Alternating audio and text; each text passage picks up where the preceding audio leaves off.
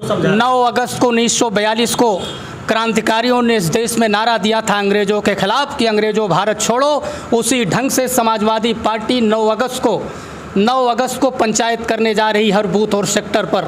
Samajwadi party के राष्ट्रीय अध्यक्ष आदरणीय अखिलेश यादव जी के निर्देशानुसार पूरे जनपद में घूम घूम करके हम लोग सेक्टर वाइज अपने नेता की नीतियों और सिद्धांतों को बताते हुए, इस वक्त आपको पता है कि 2024 लोकसभा चुनाव की तैयारियां चल रही हैं। उत्तर प्रदेश की 80 लोकसभा सीटों के लिए सभी सियासी दल अपनी पूरी कोशिश कर रहे हैं, पूरी ताकत झोंक रहे हैं कि किस तरह से ज़्यादा सीटों पर कब्जा किया जाए।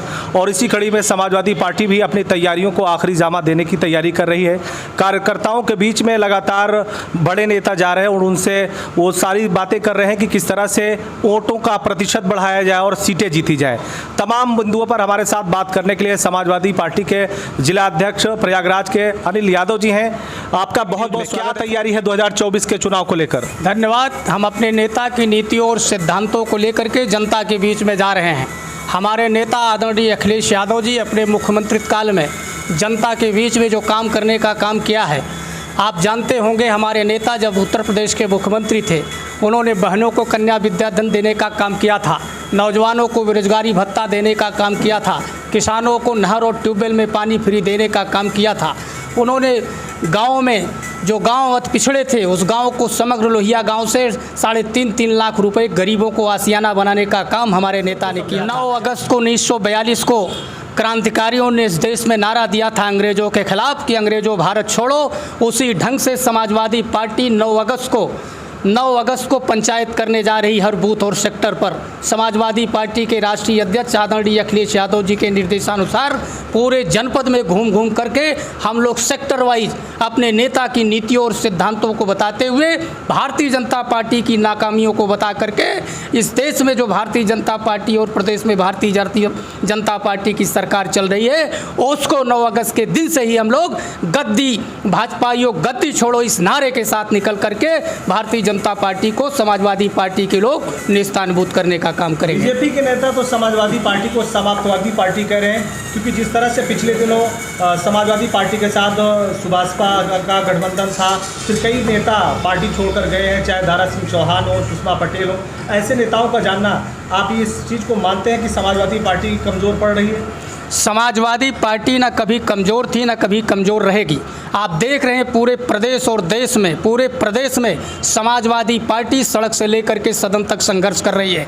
समाजवादी पार्टी हरदम दलितों, शोषितों, पिछड़ों की, अल्पसंख्यकों की राजनीति करती है। और आज पूरे देश में इंडिया गठबंधन, चाहे आदरणीय नीतीश जी हों और चाहे आदरणीय ममता जी हों, चाहे केजरीवाल जी हों, तमाम दलितों, शोषितों, पिछड़ों के बड़े बड़े नेता आज पूरे देश में एकजुट हो रहे हैं। और वो इस बात को इस देश की जनता और प्रदेश की जनता अपने आप को इस भारतीय जनता पार्टी से ठगा महसूस कर रही है। वो जानती है कि लोकतंत्र खतरे में है, संविधान खतरे में है, आरक्षण खतरे में है। इसको बचाने के लिए सारे नेता एकजुट हुए और इस एकजुटता को देख करके भारतीय जनता पार्टी बौखला गई है। लेकिन भारतीय जनता पार्टी की ये बौखलाहट इस बात को साबित करती है कि वह आने वाले चुनाव में जनता उसको माकूल जवाब देने जा रही है। आपका विपक्ष का जो नाम दिया है इंडिया का, भारतीय जनता पार्टी, बीजेपी के नेता कह रहे हैं कि ये तो इंडियन मुजाहिदीन आतंकवादी संगठन से जोड़ रहे हैं। आप किस तरह से देखते हैं? भारतीय जनता पार्टी सांप्रदायिकता की राजनीति करती है।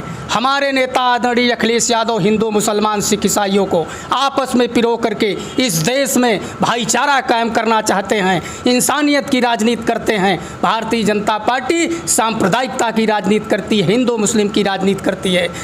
हमारी पार्टी के नेता सबको साथ लेकर के इस देश को उन्नति की ओर ले जाना चाहते हैं। ये जो लोकसभा सीट फूलपुर है, जो कि बहुचर्चित सीट है, जब लोकसभा चुनाव की बात हो और फिर लोकसभा फूलपुर की बात ना हो, तो शायद भारत की राजनीति में एक चैप्टर खाली सा रहता है।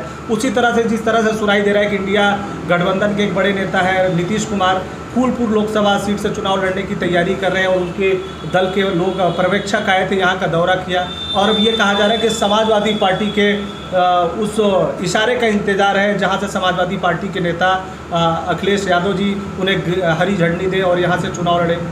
इस पर राष्ट्रीय नेतृत्व फैसला करेगा। ये राष्ट्रीय नेतृत्व जो तय करेगा, हम समाजवादी पार्टी के लोग उसको तन मन धन से चुनाव जिताने का काम करेंगे। लोकसभा सीट कुर्मी बाहुल मानी जाती है, जहां पर मुस्लिमों का, यादव बिरादरी का भी ऐसा अच्छी सहभागिता नज़र आती है। अगर ऐसे में ये फैसला नीतीश कुमार के फेवर में आता है तो कितना चुनाव आसान रहेगा या मुश्किल रहेगा? फूलपुर समाजवादियों की धरती रही है। यहाँ हमारे महान नेता डॉक्टर राम मनोहर लोहिया, जनेश्वर जी जैसे लोगों ने चुनाव लड़ा है।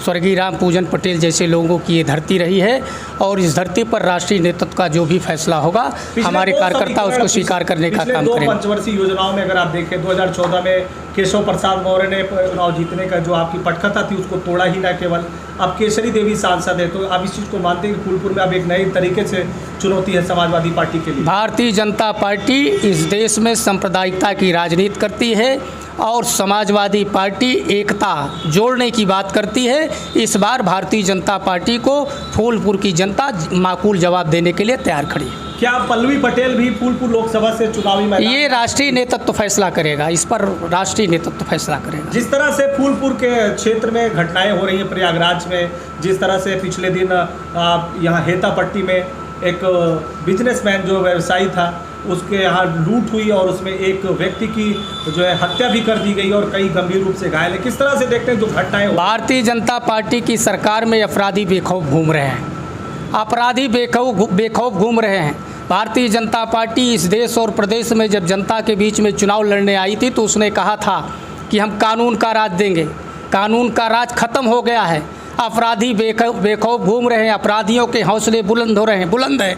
लगातार ऐसी घटनाएं हो रही हैं और इस घटना की हम समाजवादी पार्टी के लोग कड़े शब्दों में निंदा करते हैं और हम लोग घटना स्थल पर गए थे, ज्ञापन के माध्यम से जिलाधिकारी और कमिश्नर को भी अवगत कराए हैं। मृतक परिजनों को 50 लाख रुपए की मुआवजे की मांग की है और घायलों को 20 लाख रुपए मुआवजे की मांग किया गया है। समाजवादी पार्टी मृतक परिजनों और घायलों के साथ खड़ी है और जनता इस चुनाव में जो अपराध चरम पर है, भ्रष्टाचार चरम पर है, जनता इस चुनाव में भारतीय जनता पार्टी को माकूल जवाब दे। राहुल गांधी का लोकसभा में वापस आना किस तरह से देखते हैं? एक बड़े नेता इंडिया गठबंधन की अगर बात हो और कांग्रेस के नेताओं की बात और खासतौर से राहुल गांधी, जिस तरह से ये कहा जा रहा था कि उनके ऊपर कोर्ट का ये फैसला था कि अब वो शायद लोकसभा चुनाव लड़ पाए, हम सुप्रीम कोर्ट का ये फैसला, न्यायालय के फैसले का हम समाजवादी लोग सम्मान करते हैं। ये लोकतंत्र की जीत है और इससे ज़्यादा कुछ नहीं कहना।